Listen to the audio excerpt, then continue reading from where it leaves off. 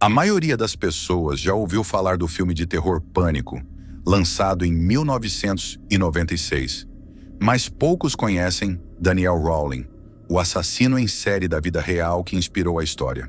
Nascido em 26 de maio de 1954, na Louisiana, Rowling teve uma infância difícil.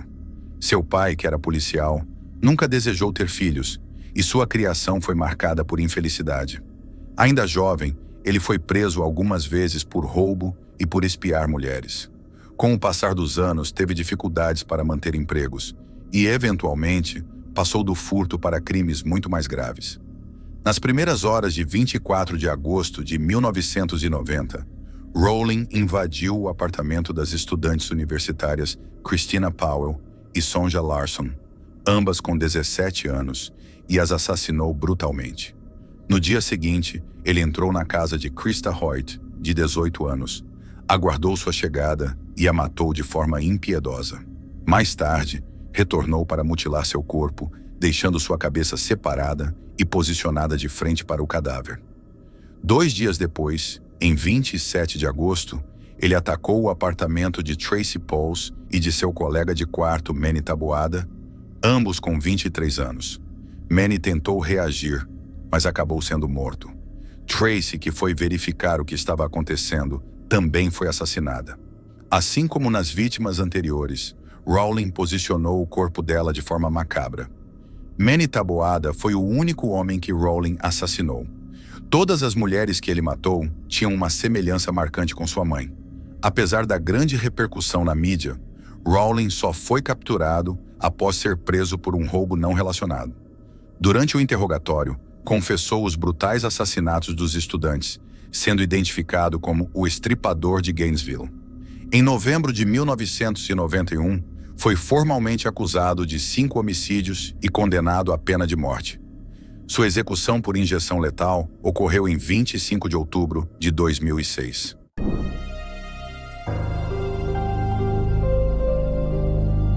Um dos crimes mais chocantes da história da Austrália foi a série de assassinatos cometidos por Catherine e David Burney, conhecidos como os Assassinatos de Moorhouse. A primeira vítima do casal foi Mary Nielsen, uma jovem de 19 anos que, no dia 6 de outubro de 1986, foi atraída até a casa dos Burney, na rua Moorhouse, em Perth, sob o pretexto de comprar pneus baratos. Assim que chegou, Mary foi rendida sob a ameaça de uma faca e submetida a abusos terríveis por David, enquanto Catherine observava. Em seguida, ela foi levada ao Parque Nacional de Gleneagles, onde sofreu mais torturas antes de ser estrangulada e esfaqueada no coração. Seu corpo foi enterrado em uma cova rasa e os assassinos deixaram seu carro estacionado perto da sede da polícia. Esse foi apenas o início de uma violenta sequência de crimes. Durante as 5 semanas seguintes, o casal sequestrou, torturou e assassinou mais 3 jovens mulheres. Antes de serem mortas, as vítimas eram forçadas a ligar ou escrever para familiares e amigos, dando falsas informações sobre seu paradeiro para evitar suspeitas. No entanto, a última vítima, Kate Moore, de 17 anos, conseguiu escapar das garras dos criminosos e denunciar o caso às autoridades, colocando um fim à onda de assassinatos. Após a fuga de Kate Moore, os Burney foram presos e condenados por seus crimes. David Burney confessou os 4 assassinatos e se declarou culpado no julgamento, enquanto Catherine também foi considerada culpada e recebeu 4 sentenças de prisão perpétua. Embora tenham sido condenados apenas por esses crimes, havia rumores de que o casal também estava envolvido nos desaparecimentos de Barbara Weston e Cheryl Renwick, que sumiram em Perth no mesmo ano, 1986. Depois de quase 2 décadas na prisão, David Burney tirou a própria vida enforcando-se em 2005. Já Catherine Burney continua encarcerada até hoje, tornando-se a 3ª mulher na história da Austrália a ser oficialmente impedida de obter liberdade condicional.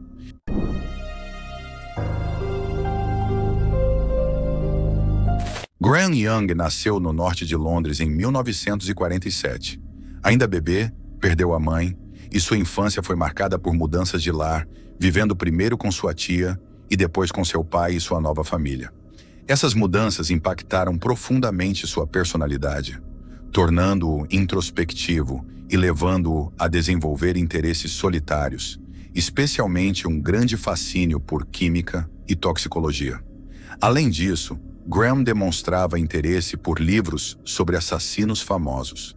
Seu pai, Frank, incentivou sua paixão pela ciência ao presenteá-lo com um kit de química.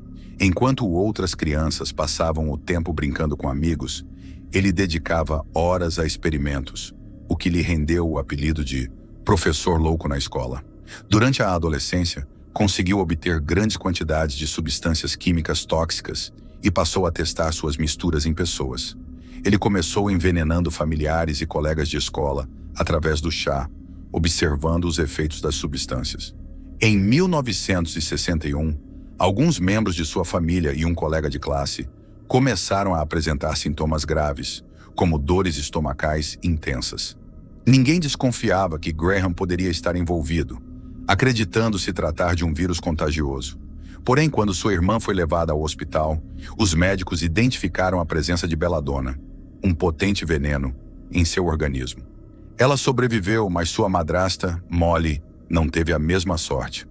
No dia 21 de abril de 1962, Molly faleceu em meio a dores terríveis. Posteriormente, descobriu-se que Graham vinha envenenando seu chá com antimônio, substância à qual ela acabou desenvolvendo certa resistência.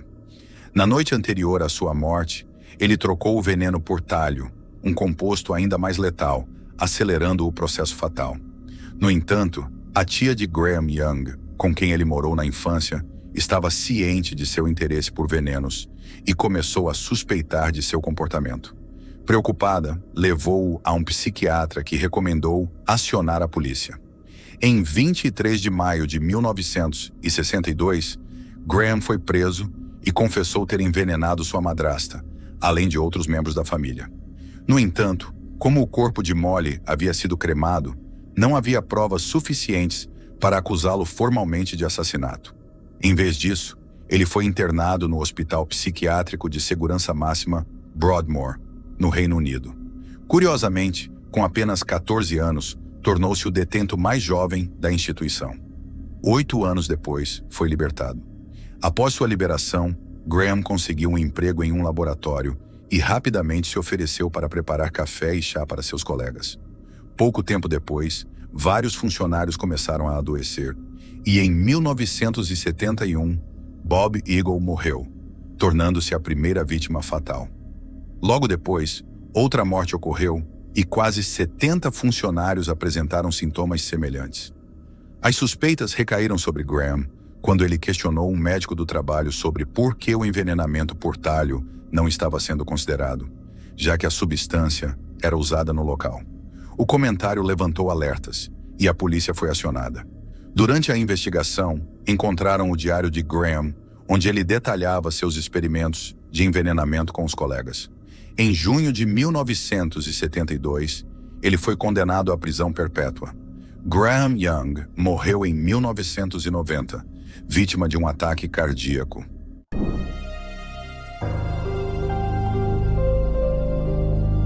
Desde cedo, Donald Nilson teve problemas com a lei e uma infância difícil, especialmente após a morte de sua mãe, quando ele tinha apenas 10 anos. Ao se casar e ter uma filha em 1960, ele decidiu mudar o sobrenome da família de Fralda para Nilson para evitar que a menina sofresse o mesmo bullying e abuso que ele enfrentou na juventude.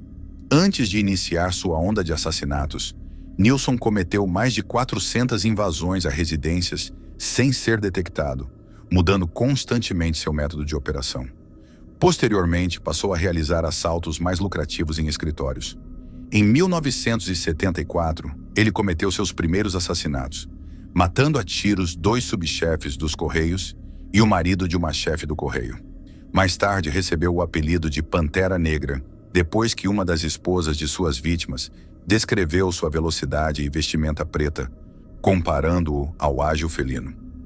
No dia 14 de janeiro de 1975, Nilson invadiu a casa da família Whittle, em Highley, Shropshire, e sequestrou Leslie Whittle, uma jovem de 17 anos. Ele deixou uma nota exigindo um resgate de 50 mil libras pelo retorno seguro da garota. No entanto, uma série de erros da polícia e outros imprevistos impediram que o irmão de Leslie, Ronald, entregasse o dinheiro no local e horário determinados.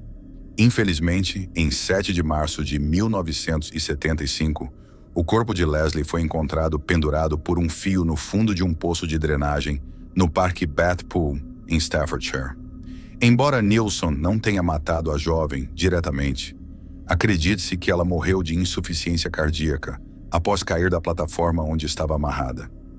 Inicialmente, ele parece ter fornecido comida a Leslie, mas dias antes de sua morte, a abandonou. Nilson foi finalmente capturado ao tentar sequestrar 2 policiais que o abordaram para interrogá-lo. Em julho de 1976, foi condenado pelo sequestro e assassinato de Leslie Whittle, além dos homicídios dos 2 diretores dos Correios e do marido de uma chefe dos Correios. No total, Nilson foi condenado a 5 penas de prisão perpétua. Ele permaneceu encarcerado até sua morte em 17 de dezembro de 2011, devido a complicações respiratórias.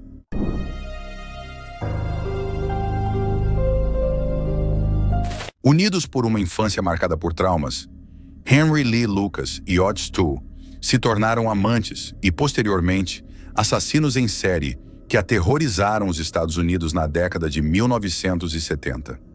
Ambos foram presos por crimes distintos, nos quais alegaram ter matado centenas de pessoas, ganhando notoriedade como os assassinos da confissão.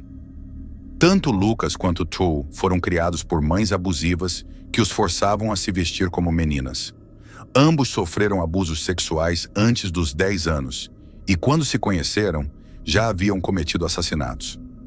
Lucas, por exemplo, matou a própria mãe em 1960, mas cumpriu apenas 10 anos de prisão por esse crime. Na década de 1970, os dois viajaram por 26 estados, mas seu relacionamento próximo chegou ao fim quando Lucas começou um romance com Becky Powell, a sobrinha adolescente de Toole. Inconformado, Toole supostamente matou 9 pessoas após a separação. Já o relacionamento de Lucas com Becky também não durou muito. Após uma discussão, ele a matou, desmembrou seu corpo e espalhou seus restos em um campo no Texas. Além disso, Lucas matou a proprietária do rancho onde viviam e escondeu seu corpo em um cano de dreno. Em 1983, Lucas foi preso por posse ilegal de uma arma e, uma vez sob custódia, começou a confessar uma série de crimes, consolidando sua reputação como um dos assassinos mais notórios da história. Centenas de assassinatos não resolvidos ocorreram na mesma época em que Henry Lee, Lucas e Otis Toole foram presos e encarcerados na Flórida por queimar um homem de 64 anos vivo. Finalmente, o casal assassino estava atrás das grades, mas isso foi apenas o início de um mistério bizarro que permanece sem solução até hoje. Lucas afirmava que ele e Toole matavam onde quer que fossem, atacando qualquer um que encontrassem pelo caminho. Eles compartilhavam uma obsessão mórbida por assassinato, tortura, abuso e canibalismo.